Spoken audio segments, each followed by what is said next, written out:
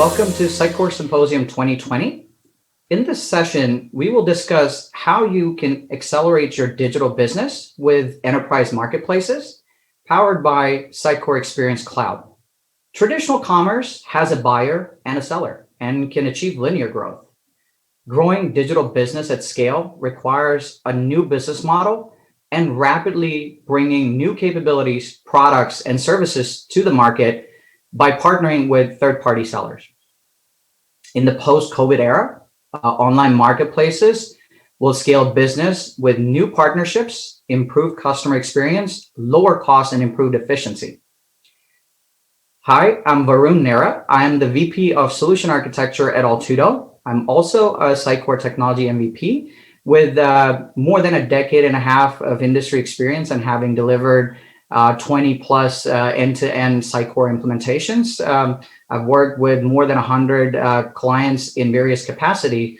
And I live and work in Atlanta, and you can follow me on Twitter at Sitecore Varun. And you can read my blog posts at sitecorevarun.com. So in this session, we will start by making a case for enterprise digital marketplaces. The what, the why, and the how of marketplaces. Then we'll walk through a case study where we will cover the case study of a large fintech enterprise looking to transform their digital business by implementing a marketplace. We will then see how multiple features of the Sitecore Experience Cloud can come together to build you an enterprise marketplace.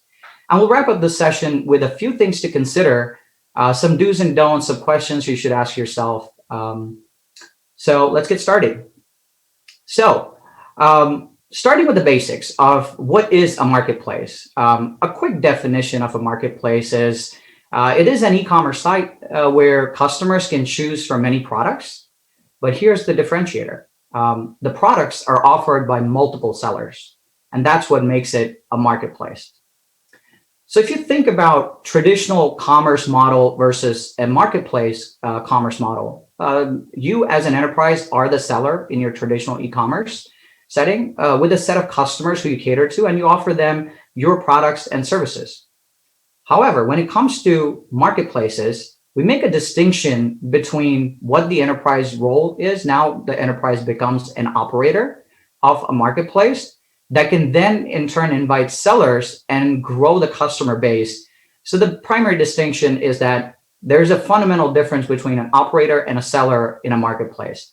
And this is not to say that as an enterprise, you could yourself be a seller, but it is important to understand that how we differentiate the role and responsibilities and how that helps us scale business in an e-commerce setting. So if you think about the role of an operator, right, as it says, it's more around the operations of the marketplace. So you're focused on things like seller enablement. So you're thinking about seller onboarding process, rules, product listings, your fund collection and distribution, order management, reporting, analysis, fulfillment, logistics. So it's very much around the operations of a marketplace than e-commerce itself.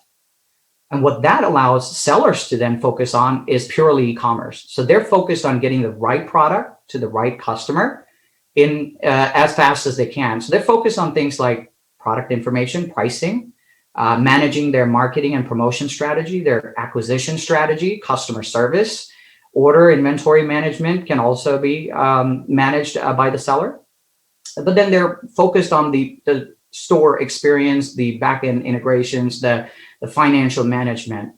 So as you can see, once we start to divide roles and responsibilities between operators and sellers, you're already setting yourself up for that scalability that you want to achieve in your digital business.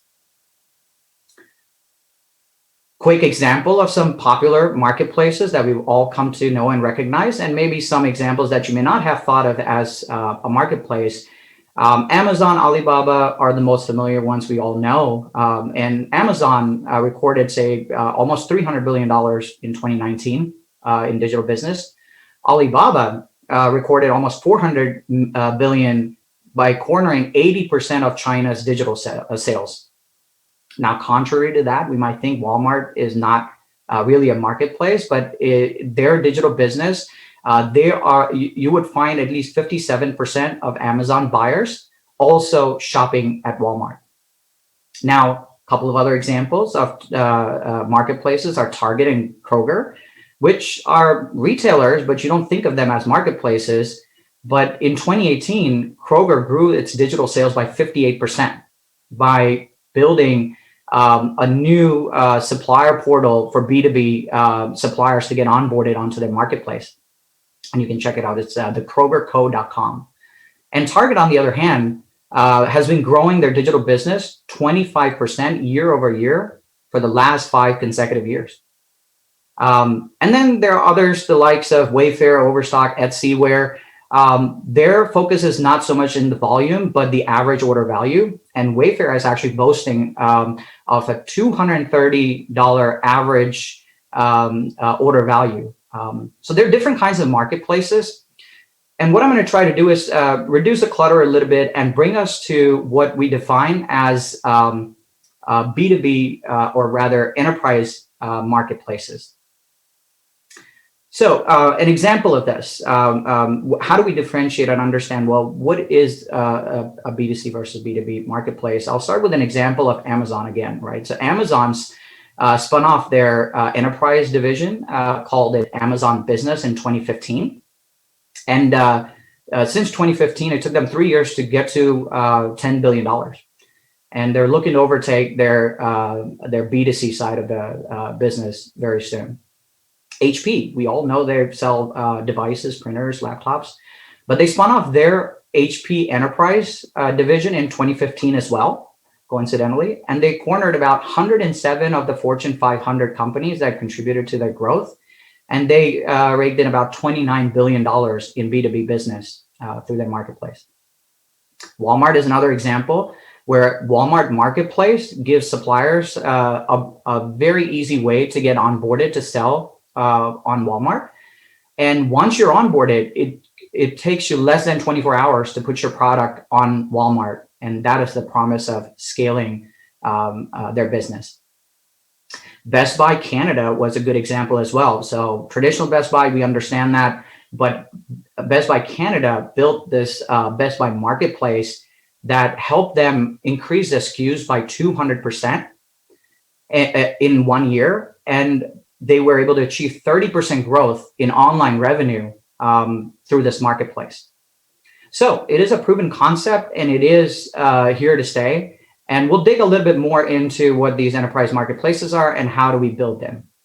So let's talk about why. Why would somebody want to go from traditional commerce to enterprise marketplace? And we'll look at some industry trends that are propelling the growth of these enterprise marketplaces. Now, if you look at a simple curve, right, you can see the difference between linear and exponential growth. And if you see that point of inflection, that is the factor of disruption. So the difference between you taking over or your competition taking over and becoming that disruptor is who got to that exponential growth first. In other words, you may think that my life is so predictable, I can predict my revenue growing linearly over 1, 3, 5 years. But what you don't expect is that exponential growth factor that either you will capitalize on with marketplaces or perhaps your competition may beat you to it. So talking of disruptors, again, Amazon is the major disruptor. Amazon Business, actually, they started with this concept in 2012, but in 2015, they officially launched Amazon Business. And within the first year, they saw a growth of $1 billion. They raked in $1 billion in that first year of launch. And then it took them only 3 years to get to $10 billion. And that is what we talk about, disruption and exponential growth. 55 of the Fortune 100 companies are purchasing from them today. And if you want to compare this to another side of their business, like AWS took 10 years to achieve that growth from 1 billion to 10 billion. So this kind of also proves that, enterprise marketplaces are here to stay, and they can really help you scale your business. Now, some quick research findings by Gartner says that as of early 2019, only 56% of B2B companies had an e-commerce site and only 11% had a marketplace. But they're projecting in 2023, at least 70% of enterprise marketplaces will be launched to serve B2B transactions. Most of the organizations will be in business for at least 1 year and will have seen at least 10% increase in net digital revenue. Another important factor, we live in the new normal with COVID, and an interesting Forrester survey found that before COVID, marketplaces raked in about 50% of global online sales, about $2 trillion on top 100 sites.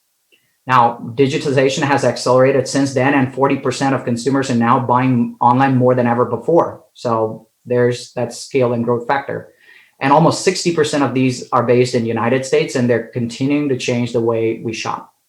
So if I was a marketplace operator, what are my top imperatives? What are my incentives to actually go from traditional to an enterprise model? Obviously, growth. We just talked about it. But while I'm thinking about growth, I'm thinking about activating new channels of commerce. I'm looking to leverage cross-functional assets and capabilities.